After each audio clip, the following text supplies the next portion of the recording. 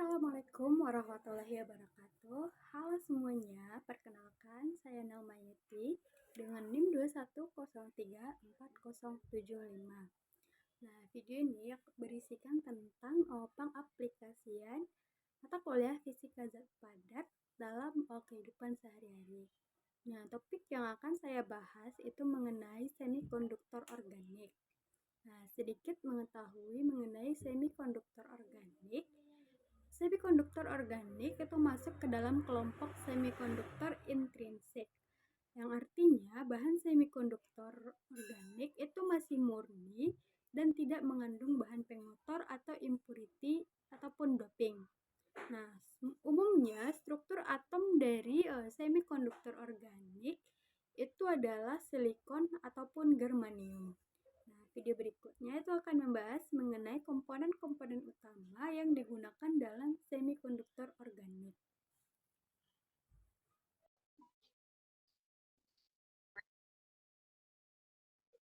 Nah, baiklah, masuklah kita ke pembahasan mengenai bagian-bagian dari semikonduktor anorganik. Nah, bisa dilihat pada gambar. Nah, semikonduktor organik itu berbeda dengan semikonduktor anorganik yang terbuat dari kristal tunggal. Nah, umumnya itu tersusun dari beberapa lapisan tipis yang setiap bagian atau lapisannya itu berbeda materialnya.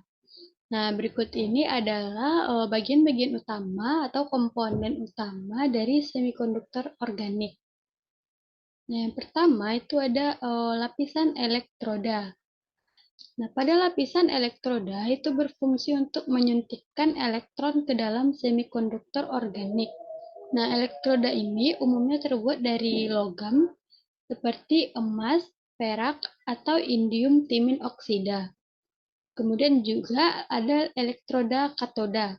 Nah, berfungsi untuk menarik elektron keluar dari semikonduktor organik. Kemudian lapisan yang kedua itu lapisan semikonduktor organik, itu adalah lapisan aktif. Nah, yang merupakan lapisan inti dari semikonduktor organik yang bertanggung jawab atas konversi energi. Misalnya dari cahaya menjadi energi listrik dalam sel surya atau emisi cahaya dalam layar OLED. Nah, lapisan ini juga dapat terdiri dari satu jenis semikonduktor organik atau beberapa jenis semikonduktor organik yang berbeda. Kemudian yang ketiga itu ada lapisan substrat. Nah, lapisan ini berfungsi untuk menyangga mekanis atau seluruh komponen semikonduktor organik. Nah, substrat itu terbuat dari berbagai material, seperti kaca, plastik, atau logam, tergantung pada aplikasi atau kebutuhan yang mekanis pada perangkat. Nah, perlu diingat bahwa struktur dalam konfigurasi komponen semikonduktor atau organik itu dapat bervariasi tergantung pada jenis perangkat atau aplikasinya. Nah, contoh umum dari komponen semikonduktor organik itu adalah yang pertama sel surya organik. Itu umumnya terdiri dari elektroda anoda, lapisan transmisi lubang, lapisan aktif, dan lapisan transportasi elektron. Kemudian ada layar LED. Nah, umumnya itu terdiri dari elektroda anoda, lapisan emisi organik yang berpendar, dan lapisan transportasi elektron. Nah, kemudian itu ada juga membahas mengenai kegunaan dari semikonduktor organik. Nah, umumnya semikonduktor organik itu digunakan dalam bidang elektronika. Nah, semikonduktor organik itu memiliki potensi yang besar untuk merevolusi berbagai perangkat dengan menawarkan berbagai keunggulan dibandingkan dengan semikonduktor tradisional seperti silikon. Nah, berikut ini adalah beberapa kegunaan menarik dari semikonduktor organik di bidang elektronika. Yang pertama itu adalah layar OLED atau Organic Light Emitting Diode. Nah, pada layar OLED itu menghasilkan kualitas gambar yang superior atau gambar yang lebih tajam, jernih, dan memiliki rasio kontras yang lebih tinggi. Kemudian pada layar OLED itu juga memiliki konsumsi daya yang rendah. Nah, layar OLED itu hanya mengonsumsi daya listrik saat pikselnya dinyalakan. Artinya, pada area gambar yang gelap, itu tidak ada konsumsi daya yang terjadi. Kemudian, layar OLED itu juga desainnya fleksibel. Nah, desainnya itu terbuat dari material organik yang tipis dan fleksibel, sehingga memungkinkan pembuatan perangkat elektronik dengan desain yang lebih tipis, ringan, dan mudah dilipat. Kemudian yang kedua itu ada sel surya organik. Nah, pada sel surya organik itu bobotnya lebih ringan dan fleksibel. Kemudian, biaya produksi yang tergolong rendah karena material organik itu pada umumnya lebih murah dibandingkan silikon yang digunakan pada sel surya konvensional. Kemudian pada sel surya organik itu akan menghasilkan keberagaman warna sel yang dibuat dari berbagai macam warna sehingga dapat disesuaikan dengan estetika bangunan atau perangkat. Kemudian yang ketiga itu ada transistor organik. Nah, pada transistor organik itu memiliki biaya produksi yang rendah, sama seperti sel surya organik. Kemudian proses manufaktur yang sederhana karena produksi transistor itu dilakukan dengan metode yang lebih mudah dan lebih hemat energi. Kemudian itu terbuat dari material yang terurai secara hayati sehingga lebih ramah lingkungan. Kemudian yang terakhir itu digunakan dalam sensor kimia. Nah, pada sensor kimia itu sensitivitasnya tinggi dikarenakan sensor kimia itu berbasis semikonduktor organik yang memiliki kemampuan untuk mendeteksi konsentrasi zat yang lebih rendah, maka lebih baik dibandingkan dengan sensor kimia tradisional. Kemudian selektivitas yang tinggi karena dapat mendeteksi zat tertentu dengan presisi tinggi, bahkan dalam campuran zat yang kompleks.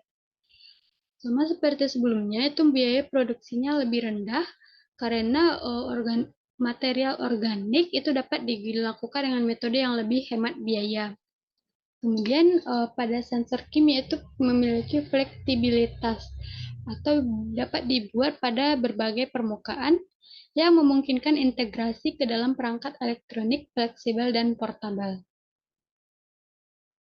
Nah, meskipun masih dalam tahap pengembangan, penelitian dan inovasi di bidang semikonduktor organik itu akan terus berkembang pesat.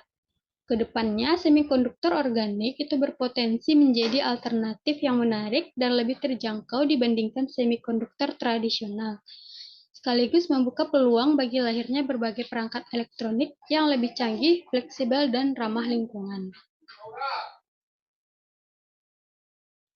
Kemudian korelasi terhadap fisika zat padat. Nah, semikonduktor organik itu memiliki hubungan yang erat dengan mata kuliah fisika zat padat. Nah, berikut ini adalah beberapa poin penting yang menghubungkan keduanya. Yang pertama,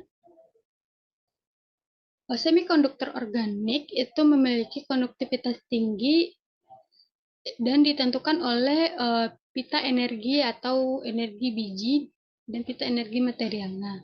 Nah, pada mata kuliah fisika zat padat itu yang mempelajari mengenai konsep energi biji, pita energi, dan sifat konduktivitas material, itu kemudian dapat diterapkan untuk memahami bagaimana semikonduktor organik dapat mengantarkan arus listrik. Kemudian pada semikonduktor organik itu juga dipelajari mengenai karakterisasi material. Nah, penelitian dan pengembangan semikonduktor organik itu membutuhkan teknik karakterisasi material yang canggih untuk mempelajari sifat-sifatnya. Nah, mata kuliah fisika zat padat itu mempelajari berbagai teknik karakterisasi material seperti difraksi sinar X, spektroskopi fotoelektron, dan mikroskop elektron. Kemudian itu juga mempelajari mengenai struktur kristal. Nah, semikonduktor organik itu umumnya tersusun dalam struktur kristal meskipun tidak sempurna. Nah, cacat dalam struktur kristal dapat mempengaruhi sifat konduktivitas dan optik material.